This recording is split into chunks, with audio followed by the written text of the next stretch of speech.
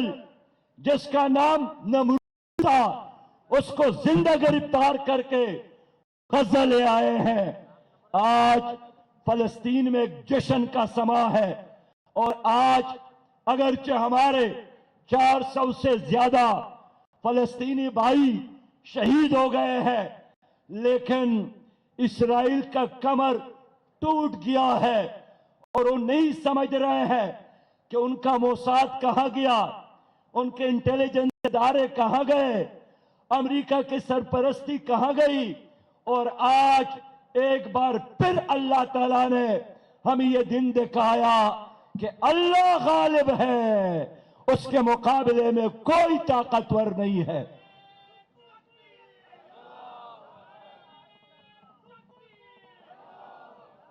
اس لیے میں تو سمجھ رہا تھا کہ عالمی اسلام جو اس وقت 58 ممالک پر مشتمل ہے، عالمی اسلام جس کے ساتھ 74 لاکھ سے زیادہ افواج ہے، عالمی اسلام جس کے 9 سمندروں پر حکمرانی ہے، عالمی اسلام جس کے پاس دنیا کی 75% تیل کا ذخیرہ موجود ہے، سب مل کر فلسطینیوں کی حمایت کا اعلان کریں گے۔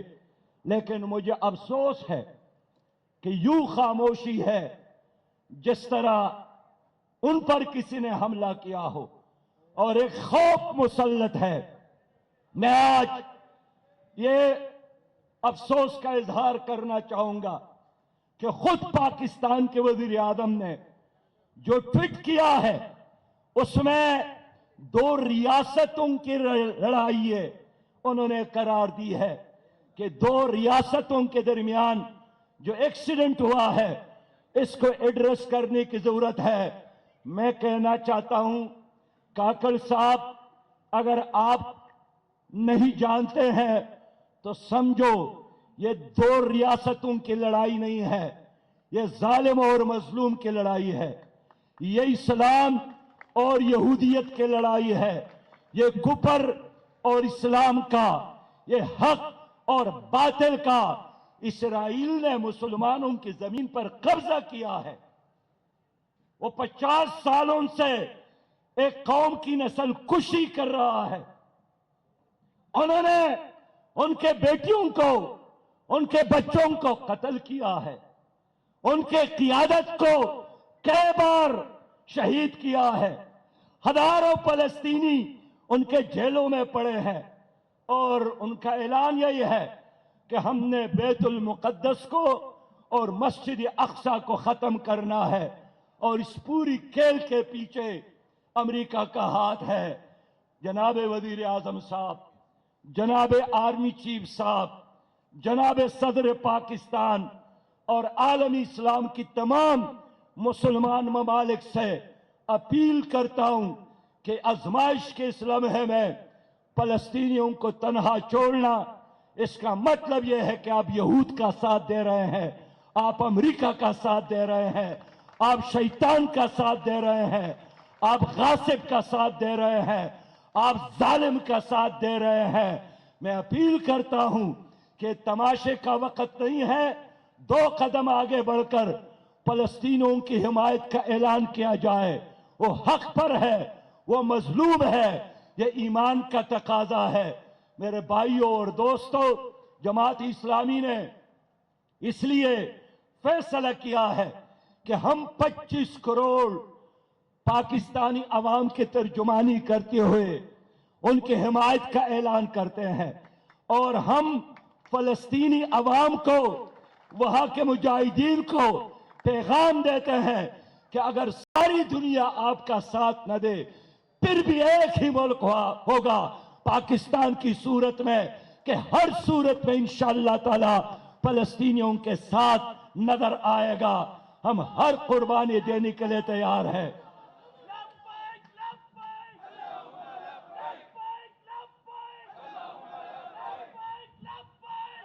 لوگوں، آج حضرت عمر رضی اللہ تعالیٰ عنہ کی روح خوش ہوگی، آج صلاح الدین ایوبی خوش ہوگا جنہوں نے بیت المقدس کو استعمار سے آزاد کیا تھا. اور آج کے بعد میں سمجھتا ہوں کہ انشاءاللہ تعالی دوبارہ اسرائیل کبھی بھی کھڑا نہیں ہوگا. اور ہم پیغام دینا چاہتے ہیں کہ جب آپ فلسطینیوں کی ماؤں کو رلاتے ہیں، جب آپ ان کے بچوں کو یتیم بناتے ہیں، تو آج کا دن ایسا دن ہے کہ آپ کی مائیں رو رہی ہیں، آپ کے بچے رو رہے ہیں، آپ کے حکمران رو رہے ہیں. آپ آج جس کیفیت سے دوچار ہے میں جانتا ہوں، اس لیے کہ عالمی کفر آپ کی پشت پر بھی ہے اور پھر بھی یہی حشر ہوگا. تو نجات کا ایک ہی راستہ ہے کہ فلسطینیوں کی سرزمین سے نکلو. کچھ یہودی روس سے آئے تھے، کچھ جرمن سے آئے تھے، کچھ فرانس سے آئے تھے، کچھ امریکہ سے آئے تھے.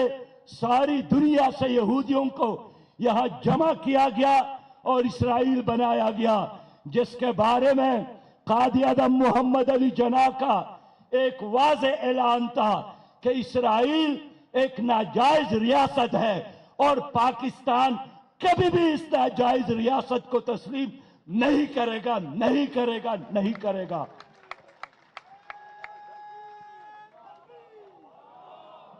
میرے لوگوں، جماعت اسلامی نے طے کیا تھا کہ ہم دھرنا دیں گے اور 3 دن کے لیے دھرنا دیں گے. ہم نے پشاور میں کر کے دکھایا، ہم نے لاہور میں کر کے دکھایا، ہم نے کوئٹہ میں کر کے دکھایا اور آج ہم یہاں آئے ہیں.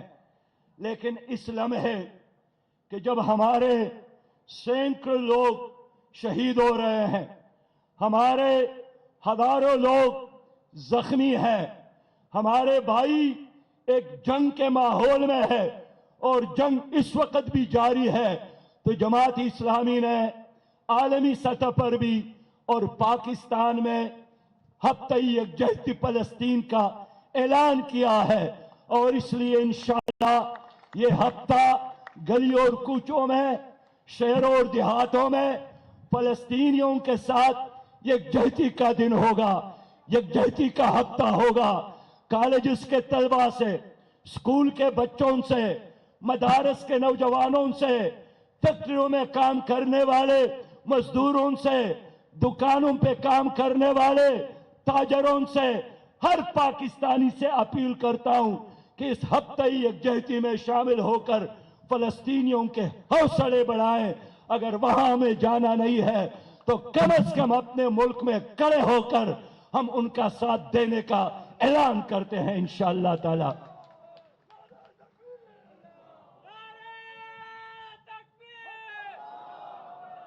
اس لیے میں نے کراچی جماعت کے ساتھ نعیم الرحمان صاحب اور اس کو ٹیم کے ساتھ مشاورت کیا ہے. مہنگائی کے خلاف یہ تحریک جاری رہے گی.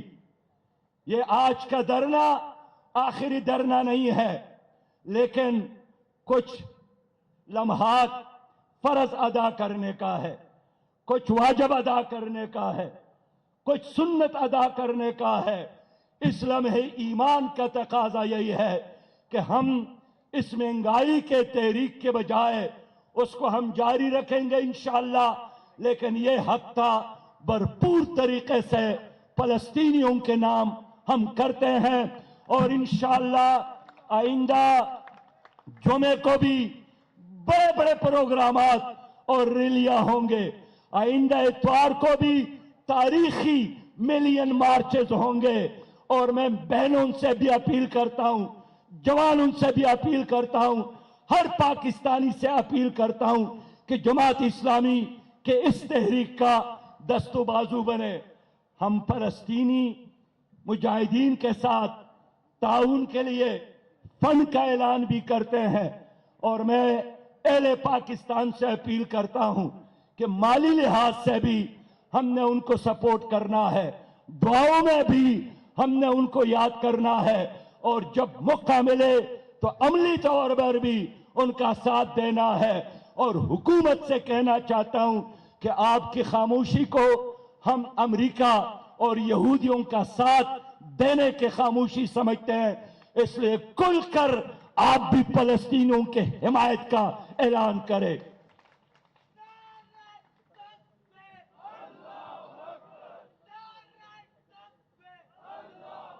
تو یہ جھنڈا آپ کا جھنڈا ہے، یہ جھنڈا فلسطینیوں کا جھنڈا ہے، یہ جھنڈا حماس کا جھنڈا ہے، یہ جھنڈا جہاد کا جھنڈا ہے، یہ جھنڈا بیت المقدس کی آزادی کا جھنڈا ہے، یہ جھنڈا مسجد اقصی کی حفاظت کا جھنڈا ہے، اور ہم یہی چاہتے ہیں کہ یہ جھنڈا سربلند ہو اور اس کے سربلندی میں اسلام کا اور امت کی عزت ہے انشاءاللہ تعالی۔ لبيك يا غزال لبيك يا غزال لبيك لبيك لبيك يا غزال لوگوں، میرے پیارے بھائیوں، میرے نوجوانوں، شاباش دیتا ہوں مختصر نوٹس پر اتنے عظیم شان دھرنے کا، اور میں آج بتانا چاہتا ہوں کہ ہماری یہ جدوجہد، ہماری یہ مہم مہنگائی کے خلاف، بے روزگاری کے خلاف، بجلی کی قیمتوں میں اضافے کے خلاف ہے۔ میرا مسئلہ یا میری ٹیم کا مسئلہ یہ نہیں ہے کہ نیب میں ہمارا نام ہے اور ہم اس نام کو نکالنا چاہتے ہیں، کیسز ہے عدالتوں میں، ہم اس میں ریلیف چاہتے ہیں، کوئی ایسا مسئلہ نہیں ہے، یہ اللہ کا فضل ہے۔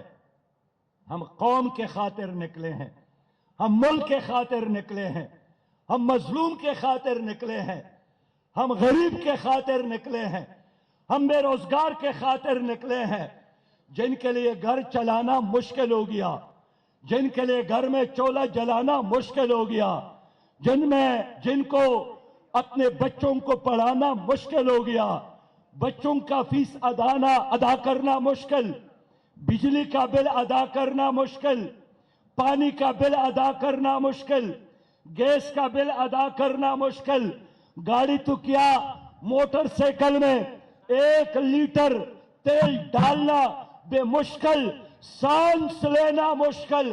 پاکستان میں موت سستی ہے اور روٹی مہنگی ہے۔ میں اس ظلم کے خلاف میدان میں کھڑا ہوں۔ لوگوں، کیا ہوتی ہے اچھی حکومت؟ اچھی حکومت وہی ہے جو امن دے سکے، جو معیشت کو بہتر بنا سکے، جو انصاف عدل قائم کر سکے۔ ان حکمرانوں نے آپ کے چہروں سے خوشیاں چھین لی ہے، ان حکمرانوں نے ملک میں بدامنی پھیلائی ہے، امن دور دور تک نظر نہیں آتا۔ مستون میں دھماکہ، جوب میں دھماکہ، مسلم باغ میں دھماکہ، ہنگو میں دھماکے، ہر جگہ۔ کیا ہمارا ایک ہی کام رہ گیا ہے کہ لاشیں اٹھانا اور لاشوں پر ماتم کرنا، اور چند دن گزر جائے تو پھر ایک اور واقعے کا اور ایک اور سانحے کا انتظار کرنا؟ یہی حکومت کا کارنامہ ہے۔ انہوں نے آپ کے معیشت کو تباہ کیا۔ آج ہر پاکستانی 3.25 لاکھ روپے مقروض ہے، 77,000 ارب کا قرضہ ہے، سودی نظام کی وجہ سے۔ میرے دوستو، آج میں کراچی آیا ہوں۔ کراچی کے لوگ بڑے دانا اور بینا لوگ ہیں۔ کیا آپ لوگوں نے سنا ہے کہ امریکی صدر صدارت سے فارغ ہونے کے بعد کسی اور ملک میں جا کر کاروبار کرتا ہے؟ کلنٹن فارغ ہو گئے صدارت سے تو یونیورسٹیوں میں موٹیویشنل سپیکر بن گئے۔ روس کے صدر گورباچوف فارغ ہو گئے تو یونیورسٹیوں میں پروفیسر بن گئے۔ اوباما فارغ ہو گئے تو ان کی بیٹی اور ان کی بیوی بھی